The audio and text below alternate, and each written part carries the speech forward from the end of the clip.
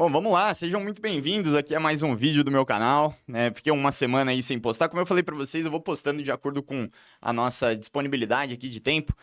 Hoje eu vou falar sobre um tema bem legal, que acho que é por que todo brasileiro deveria ter uma parte do seu capital dolarizado aí.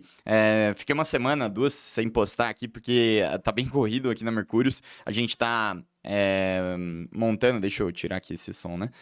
Estamos montando aí a nossa consultoria global, então além de cripto, a gente também vai oferecer consultoria em outras áreas aí, inclusive nessa parte de dolarização, mas em dolarização especificamente, eu vou falar um pouquinho aqui sobre cripto, porque é um jeito de você fugir do IOF, que é mais fácil do que você imagina. Então vamos lá, aqui para nossa aula de hoje.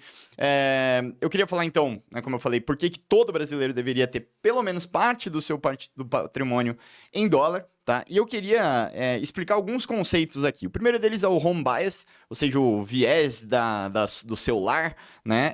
Os cisnes negros e depois falar para vocês o caminho mais eficiente aí para vocês dolarizarem. Então vamos lá. O que é o home bias, tá? O home bias é um conceito de economia comportamental, basicamente o viés do seu lar, que é onde as pessoas elas tendem a investir mais no local onde elas nasceram. Então vamos supor aqui o seguinte cenário. Aqui tem um dado muito interessante que demonstra facilmente aqui o que é o home bias. Isso aqui, o que eu estou mostrando é uma comparação. Cada uma dessas barrinhas, a barrinha azul mais escura representa os Estados Unidos e a barrinha mais verde, aí, mais clara, representa o Brasil. Os Estados Unidos eles representam 25% do PIB global, 37% do mercado de renda fixa, 60% do mercado de renda variável do mundo. E mesmo assim, a alocação doméstica, ou seja, o quanto os americanos investem no mercado americano, ou seja, deixam o seu dinheiro dentro dos Estados Unidos, é apenas 71% ali do seu patrimônio. Ou seja, pelo menos 29% do patrimônio do americano fica fora do mercado, no mercado doméstico, né, deles.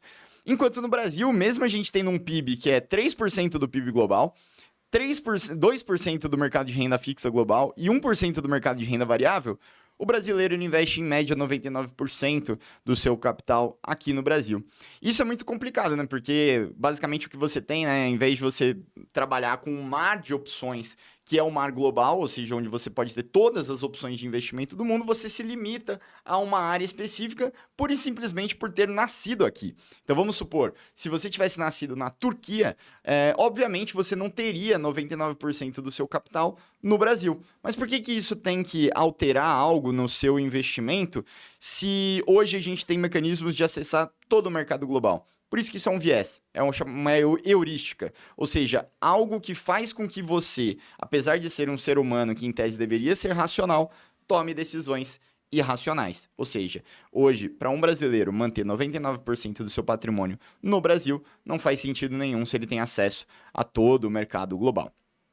Seguindo aqui, um outro conceito que é muito importante, né, o conceito do nosso querido Nassim Taleb, é o conceito de cisnes negros. Né? O cisne negro é aquela história de que antigamente, né, acreditavam-se que todos os cisnes eram brancos, né, porque na Europa só tinham cisnes brancos. E aí, uma vez, um cientista, um biólogo, foi na Austrália e encontrou um cisne que era negro, né? Ou seja, um cisne preto. Né? Por que isso é importante? Porque antes tinha-se a noção de que todos os cisnes eram brancos. Se você acha um cisne negro, isso acaba com toda a teoria antiga de que os cisnes eram brancos, tá?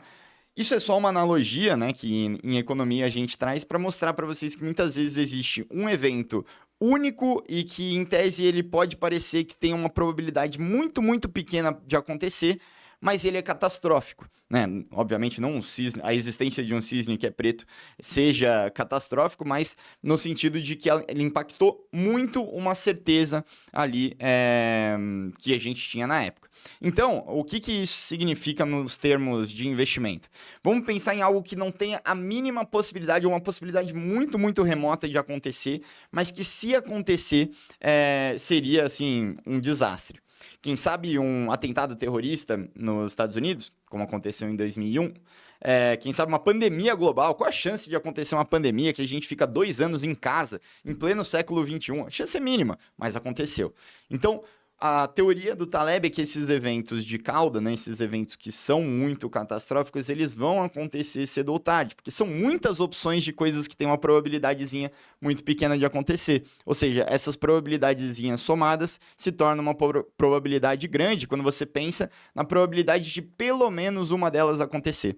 E quando a gente está falando de 99% do nosso capital investidos dentro do Brasil, a gente está exposto a alguns cisnes negros que são mais comuns do que a gente imagina, né? Então, com você 99% do seu patrimônio aqui, você está exposto a coisas como Plano Collor, mensalão, movimentos de impeachment da Dilma, a própria pandemia, que foi muito impactada, que impactou muito aqui os mercados brasileiros, e esse ano a gente tem não é um cisne negro, né? Mas é algo que traz muita incerteza para o mercado, que são as eleições.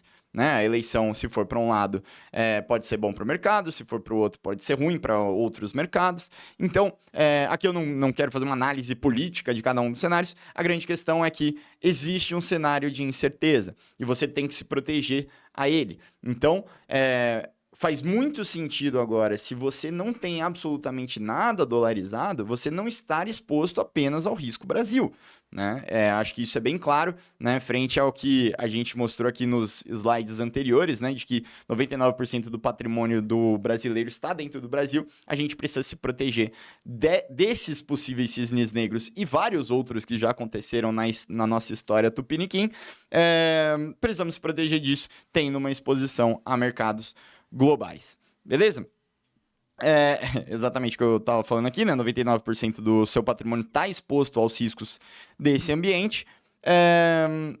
Mas, assim, hoje, um dos grandes cisnes negros que a gente tem hoje aqui no mercado brasileiro é que a gente tem um IOF de, se eu não me engano, salvo engano, ali de 3% a 4% para você comprar dólar, né? Ou para compras fora do Brasil no cartão de crédito.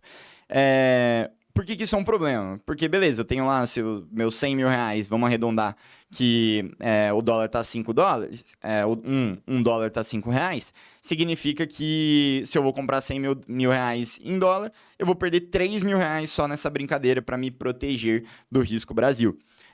Então, o que eu vim aqui trazer para vocês? Existe algo muito legal que são as stablecoins. Tá? Que são basicamente criptomoedas, são tokens que eles valem exatamente 1 para 1 com o dólar. Tá?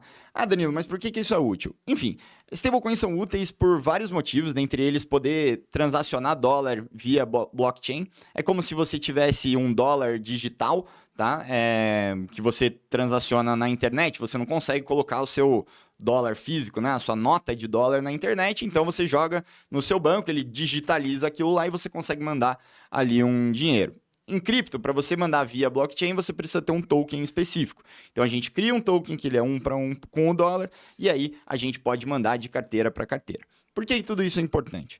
Porque você tem um token 1 para 1 com dólar, quando você compra uma stablecoin, você não necessariamente está comprando dólar. Você está comprando apenas um token, que é como se fosse um contrato, que vale 1 para 1 ali com o dólar. Ou seja, não há incidência de IOF. Pode ser que isso mude.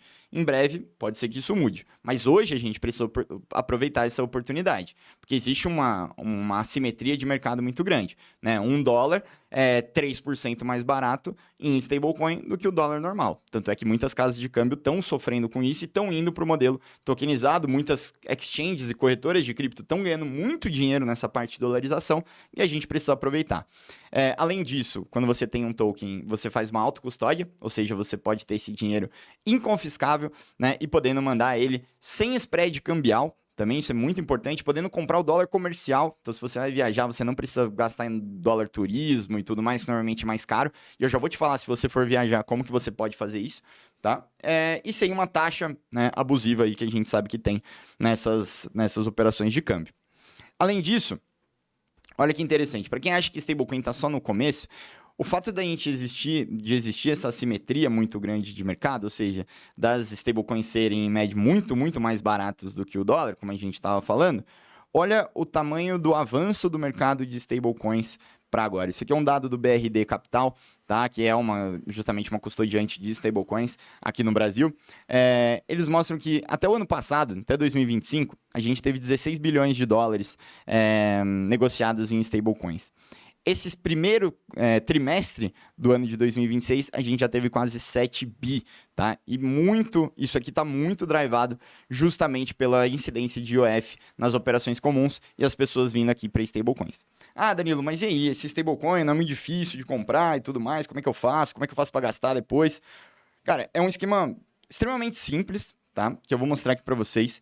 Eu tentei montar isso aqui com a ajuda do nosso querido Claudinho, mas aqui, basicamente, qual que é a opção que você tem? Para você comprar um token como o SDT e o SDC, que são stablecoins pareadas um para um com dólar, você precisa ter uma exchange de criptomoeda. Então, você pode usar Mercado Bitcoin, Coinbase, Binance, cada um vai ter seus benefícios lá. Enfim, depois eu posso fazer um vídeo só sobre isso, tá? Ou então você pode comprar direto com neobanks, que são basicamente bancos, um modelo novo de bancos que tem, usando infraestrutura blockchain, que você nem precisa saber utilizar esse tipo de infraestrutura que normalmente é difícil. Por exemplo, a Cast aqui é um exemplo disso, que é basicamente um cartão de crédito cripto, você passa um Pix para lá, eles já fazem a conversão para dólar com você, você carrega esse cartão de débito em tese, mas ele funciona como um cartão de crédito internacional.